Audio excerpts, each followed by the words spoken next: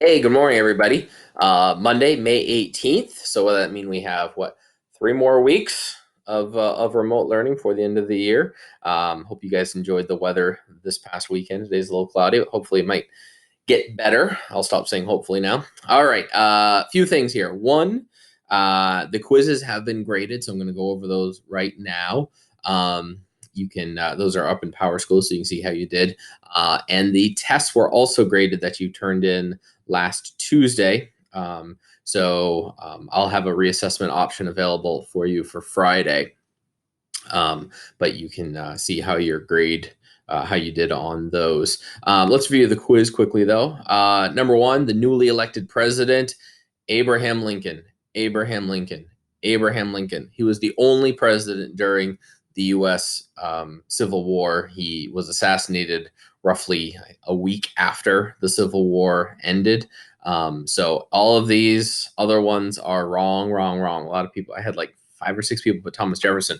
Thomas Jefferson's stuff was, I mean, put it this way, Louisiana Purchase was in 1803, so 1861 is off by a long, long ways.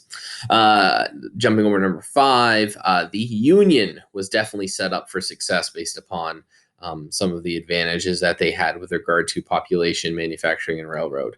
Jumping down to number two, what state was behind the doctrine nullification? That would be South Carolina.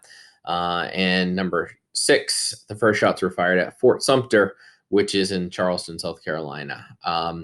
One joke, hilarious, I have with teaching the Civil War is if you don't know, say South Carolina. When I was a kid, we used to play this Disney version of Trivial Pursuit. My mom would always say, if you don't know, just say Walt Disney. Well, in this case, if you don't know, say South Carolina. Number three was the Kansas-Nebraska Act that allowed people to vote on whether or not they wanted to expand slavery. Of course, who was a voter back then really skewed that. Number seven, the Compromise of 1850. So it's 10 years before Lincoln was elected. Made California a free state, yay, but also introduced America to something called the Fugitive Slave Act. So that's where you get into like the Harriet Tubman Underground Railroad part of history. And the final ones, the Supreme Court case was Dred Scott. Willis Reed and Dolph Schayes were actually old NBA basketball players, and Charles Shank did have a Supreme Court case, but that was something different. And number eight, General Stonewall Jackson led the victory. Well, there's actually two correct answers. I did this on purpose because the Battle of Bull Run and the Battle of Manassas are the same thing. And some of you most of you put A or B, which would be correct. Some of you even put both. B, A, Bull Run from the northern point of view, because that's the name of the creek. Manassas from the southern point of view, because that's the name of the town. But both A and B were correct. All right, now let's jump over to the new stuff. Let me pop myself up again here. There we go. Two big things here: Anaconda Plan and Ulysses S. Grant. So hopefully by the time I finish talking, you will know what those two things are. The Anaconda Plan, also called Scott's Great Snake, named after General Winfield Scott. So the same person who was mentioned in the Trail of Tears, that same general who was mentioned in the Mexican American War, Old Fuss and Feathers. He's still around. He's very old at this point. I think the video that we saw talked about him being too large to even ride a horse at this point in his life. But the mind's still sharp, and he comes up with something called the Anaconda Plan. And as you can see by the illustration here, it wasn't a giant snake, actually, at least literally, but metaphorically, it was. The plan is to surround the South with the superior numbers that the North has, and to choke it off from any sense of trade. Because if the South can't get goods out, right, the cotton and tobacco that it produces, then it has no way of surviving.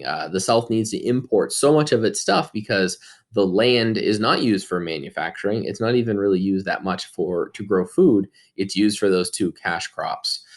So that is one of the reasons why the blockade might be successful. It was criticized as being a little bit too passive, meaning that you have your superior numbers, you have a superior manufacturing sector. So why wouldn't you just attack the South?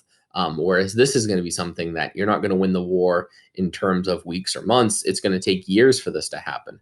But it was successful. I mean, you have the South that has a very long growing season and good soil. And by 1863, there were riots based because of starvation and famine that were going on. So it was eventually successful, but maybe not appreciated when it was first sort of introduced. But the one of the largest buyers for the South's cotton and tobacco was the North. Well, they're not going to buy it, and foreign countries like England. And if America can set up that blockade, then there's no way for trade to take place and for the South to get any money. So this talks a little bit about that. Then we're introduced to Ulysses S. Grant in something called the Battle of Shiloh.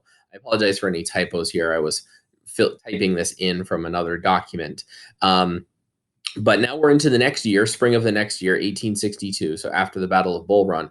And one of the reasons there's really such a gap between major battles. Now, that's not to say there was no fighting between the Battle of Bull Run and the Battle of Shiloh. Obviously, there were, but we're not going to talk about every single Civil War battle in this class. But it's purposeful because the Union was very, pardon the pun, gun shy about entering into another large battle after the Battle of Bull Run. They had lost relatively surprisingly at the Battle of Bull Run, and their top general, especially in the Washington D.C. area, was a guy named George McClellan, and McClellan was he was a great leader of men, and he loved training his men. But as far as battle goes, he was really hesitant to kind of submit his men, lead his men into battle because of the casualties that would be as a result. And so, and that really frustrated Abraham Lincoln because, he's saying, I've given you this army of hundreds of thousands of men that are well provisioned and they're well equipped. So why can't we win this war? But because McClellan would drag his feet so much, that made President Lincoln very upset, very annoyed. On the other hand, Ulysses S. Grant was not afraid to lead men into battle, and sometimes that was to his detriment. So the Battle of Shiloh is a large battle right along the Tennessee-Mississippi border. It was, up until that point, the largest battle ever in the Western Hemisphere. Now, that is surpassed later on by some other battles in the Civil War. But that's I always thought that was an interesting fact. That no battle, at least as far as we know, would have been larger than what took place at the Battle of Shiloh. Anyway, so a little reading about the battle here.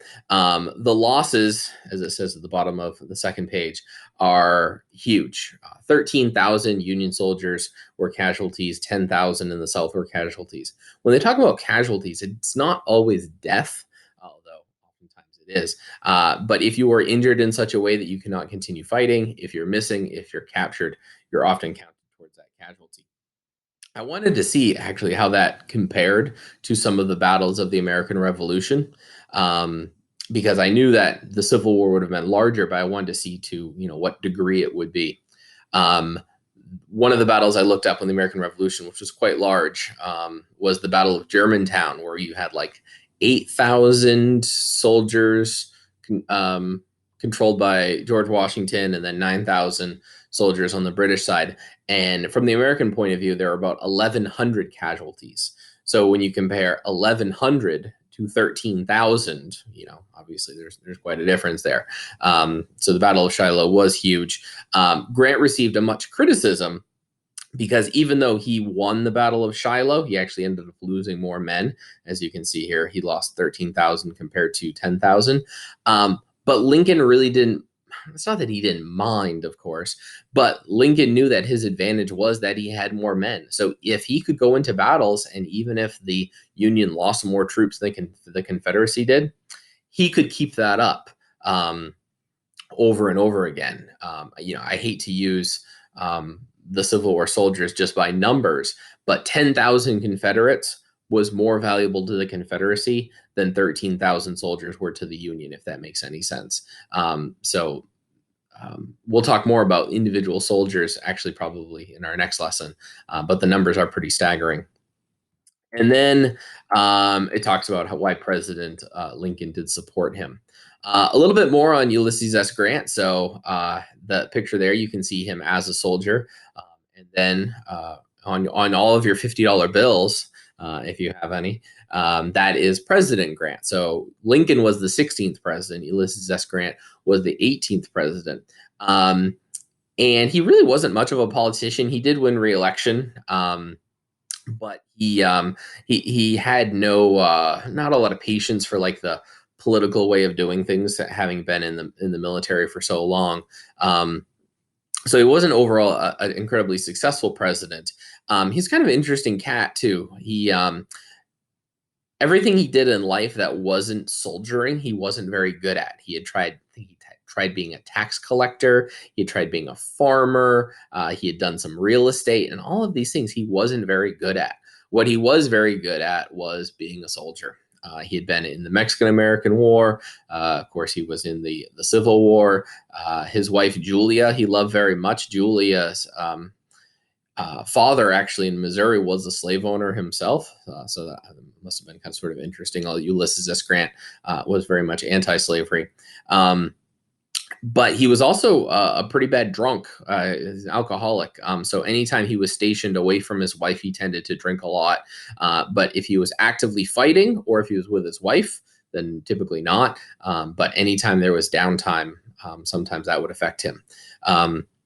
Again, after the presidency, he was not much of a businessman. He ended up losing lots of money in some sort of like, I don't know, insurance deal in New York. I forget the particular details of, but he wrote his memoirs, sort of like his autobiography, and then was able to provide for his family that way.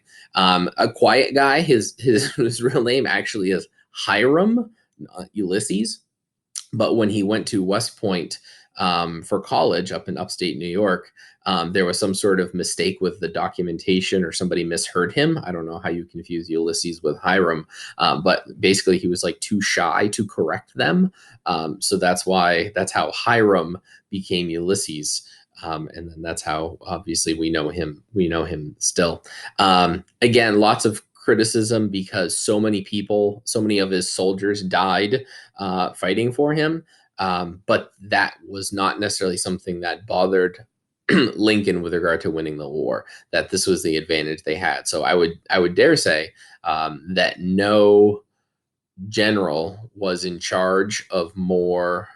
Well, like send more men to their death. I think that's a little bit overstating, but he was in charge of more American casualties than any other American leader, but he was also victorious.